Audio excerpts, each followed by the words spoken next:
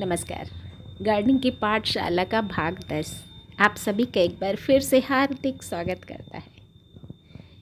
हालांकि वीडियो कल आना था पर थोड़ा सा अस्वस्थ थी तो कल वीडियो नहीं आ पाया और माफ़ी मांगना चाहूँगी क्योंकि आप सभी लोग इंतज़ार करते रहे और मैंने सूचित भी नहीं किया था, इसलिए चलिए कंटिन्यू करते हैं। हालांकि ये आज का वीडियो संबंधित है भाग 9 से, क्योंकि 9वें भाग में थोड़ा सा अस्वस्थता की वजह से या थोड़ा सा परेशानी की वजह से जो भी कहिए, एक जो ज़रूरी पॉइंट था वो मिसिंग था। भाग 9 में हम लोगों ने बात करी थी कि हमारे जो भी सीजनल प्लांट्स हैं, परमानेंट प्लांट्स हैं, कैसे हम लोग अपने पौधों में ज़्यादा फ्लावरिंग ले सकते हैं, जो कि एक कॉमन सी समस्या है कि पौधे लगाए पर पौधों में फूल नहीं आए, सारी मेहनत बेकार हो गई। और मेरे ख्याल से फूलों को लेके लगातार सवाल उठते भी रहते हैं। भाग 9 में मैंने आपको बताने की कोशिश करी थी कि कौन सी खाद देने से आपके पौधों में फूल ज़्यादा आएंगे, पर एक बहुत ज़रूरी पॉइंट मिसिंग था। और जब उस बारे में एक सवाल आया तो लगा कि हाँ, गलती तो हुई है, तो आज के इस भाग में उसी गलती को सुधारूंगी। देखिए, 9वें भाग में जो मैंने बताया था कि हमारी मिट्टी का जो बेसिक तत्व है नाइट्रोजन, फास्फोरस और पोटेशियम, उसमें से हमें क्या करना होता है, सब फूलों वाले पौधों के लिए हमें एनपीके के साथ साथ हमें पोटेशियम की मात्रा बढ़ानी होती है।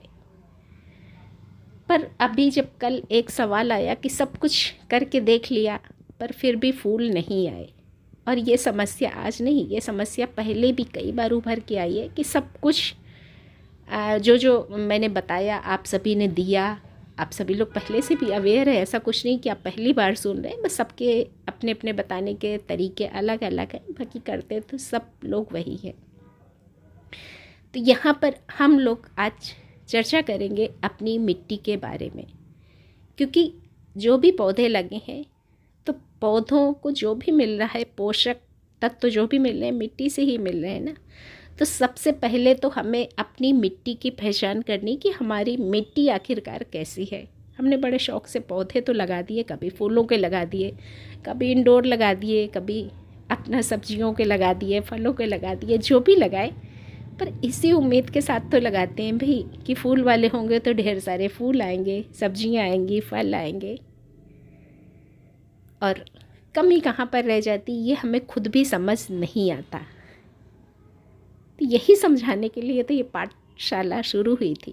अब ये जब ज़रूरी पॉइंट मिसिंग था तो वो ज़रूरी पॉइंट आपके लिए समझना बेहद ज़रूरी।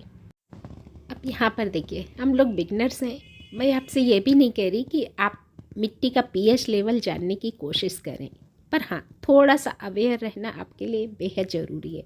तो मिट्टी के पीएच लेवल के बारे में बहुत ज़्यादा डिटेल्ड बात हम लोग नहीं करेंगे, पर थोड़ी सी बेसिक चीज़ें आपके लिए जाननी ज़रूरी है। मिट्टी के पीएच लेवल को हम लोग 0 से 14 लेवल में मापते हैं। बीच का जो अपना 7वां पॉइंट होता है, वहाँ पर आपकी मिट्टी होती है न्यूट्रल। 7 से 0 तक जैसे जैसे जाते जाएंगे तो आपका मिट्टी का जो एसिडिक लेवल होगा वो बढ़ता जाएगा। यानी कि अगर 0 से 7 तक है तो आपकी मिट्टी एसिडिक है। 7 से आगे जैसे 8, 9, 10 जाता जाएगा तो वहाँ पर मिट्टी आपकी होती चली जाएगी अल्कलाइन। यानी कि 6 से 7 नंबर के बीच की मिट्टी होगी आपकी न्यूट्रल। उस मिट्टी को आप अपने मन मुताबिक बना सकते हैं। अब चूँकि हम लोग बिगनर्स हैं तो मैं आपसे ये नहीं कह रही हूँ कि आप सॉइल का पीएच लेवल मापने बैठे हैं, पर सिर्फ आपसे ये कहने की कोशिश करूँगी कि जब भी आप कोई काम करते हैं ना, काम करते करते धीरे धीरे हमें इतना अनुमान हो जाता है कि वो पौधा क्या चाहता है। मान लीजिए किचन में आप काम कर रहे हैं, नया जब कोई इंसान खाना बनाएगा तो उसको सारे फंडे सीखने की ज़रूरत होती है, पर हम लोग तो दूर से ही देख के बता देते हैं कि भाई 2 सीटी में ये पकेगा, 3 सीटी में वो पकेगा, 4 सीटी में ये पकेगा। यानी कि सब कुछ धीरे धीरे आइडिया के हिसाब से होता जाता है। और यही रीज़न है कि जो फूलों वाले पौधे होते हैं तो हम लोग बोलते हैं कि भाई हफ्ते 10 दिन में कुछ ना कुछ खिलाना है। पर्पज़ यही होता है कि इन पौधों की मिट्टी को हमें एसिडिक भी रखना है और पोटेशियम की मात्रा भी ज़्यादा खिलानी है। अब अगर आपकी मिट्टी अल्कलाइन हो गई है, वहाँ से धीरे धीरे करके वो जब एसिडिक लेवल पर जाएगी तो उसमें थोड़ा सा वक्त लगेगा। और जो नीरज जी की समस्या है, तो हो सकता है कि आपकी भी यही समस्या हो, क्योंकि अगर स्लाइटली आपकी एसिडिक मिट्टी है तो आपने खाद पानी दिया, आपका काम चल गया। पर अगर मिट्टी आपकी ज़्यादा अल्कलाइन हो गई है तो उस मिट्टी को एसिडिक बनाने के लिए थोड़ा सा आपको वक्त ज़्यादा देना पड़ेगा, यानी कि ज़्यादा उसको खिलाना पिलाना पड़ेगा एसिडिक चीज़ें। तो भाग 9 में काफ़ी सारा डिस्कस तो हम लोग कर ही चुके थे। आज आपको ये बताऊंगी कि कौन कौन सी खादें आपकी मिट्टी को एसिडिक बनाए रखेंगी।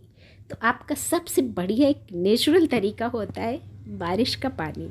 आपने अगर गौर फरमाया हो, बरसात के मौसम में आपके पौधों में फूल ज़्यादा आते हैं और यही रीज़न होता है कि बारिश का पानी आपकी मिट्टी को एसिडिक बनाता है।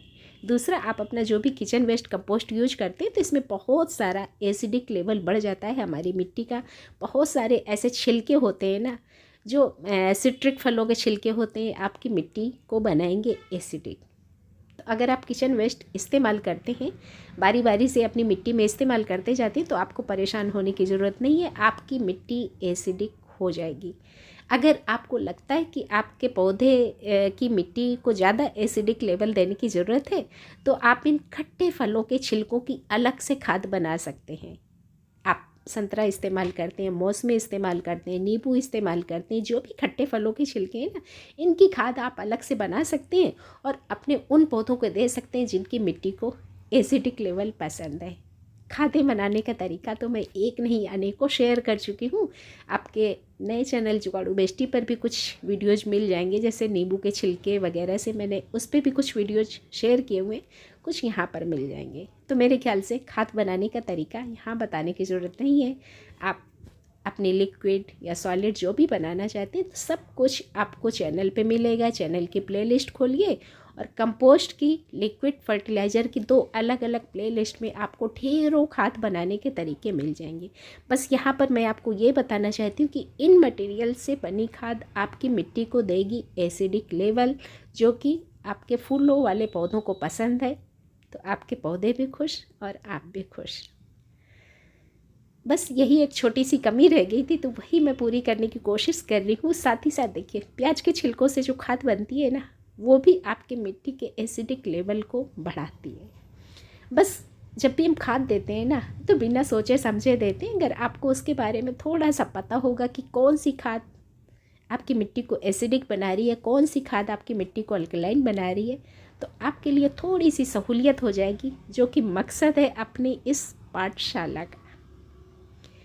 इसी तरह से आपके किचन में प्याज के छिलकों के अलावा और भी बहुत सारी चीज़ें हैं, जैसे कि चाय पत्ती आप पीते हैं ना, पीने के बाद फेंक देते हैं, तो उस चाय पत्ती को जब आप पौधों में इस्तेमाल करेंगे तो आपकी मिट्टी का एसिडिक लेवल बढ़ेगा।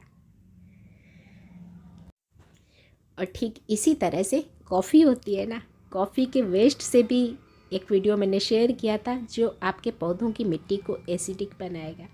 और यही सब छोटे छोटे तरीके होते हैं जिनकी मदद से आप अगर थोड़ा सा अवेयर हो जाएंगे तो आपको कोई समस्या नहीं आएगी। अगर बस छोटा सा इस वीडियो से यही बताना चाहती हूँ कि अगर आपकी मिट्टी पहले से एसिडिक है, आपने एसिडिक चीज़ें दी, तो उसका रिजल्ट जल्दी आएगा। पर अगर मिट्टी आपकी पीएच स्केल आपका ज़्यादा हो गया, यानी कि मिट्टी अल्कलाइन होने जा रही है, तो उस केस में आपको थोड़ी सी मशक्क़त करनी पड़ेगी। थोड़ा सा मिट्टी को एसिडिक बनाने के लिए जल्दी जल्दी खाद को देना पड़ेगा। आशा करती हूँ कि आज की ये जानकारी आप लोगों के लिए बेहद फ़ायदेमंद साबित होगी और अपनी पाठशाला का मकसद भी सफल होगा, क्योंकि अक्सर हम लोग इन्हीं छोटी छोटी समस्याओं में उलझे रहते हैं, जो कि कई बार हम जवाब तलाशते रह जाते हैं बड़े बड़े वीडियोज़ में। तो पाठशाला का मकसद सफल बनाइए, सभी अपनों को वीडियो शेयर करिए, और बस मिलती हूँ किसी अगले वीडियो के साथ। थोड़ा सा अस्वस्थ हूँ, तो कल आने के बारे में अभी कोई प्रॉमिस नहीं कर रही हूँ। अगर सब कुछ ठीक ठाक रहा तो कल मिलती हूँ या फिर परसों मिलूँगी। बोलने में काफ़ी मशक्क़त हो रही है, काफ़ी गला ख़राब है, तो कोशिश करूँगी कल मिलने की। धन्यवाद।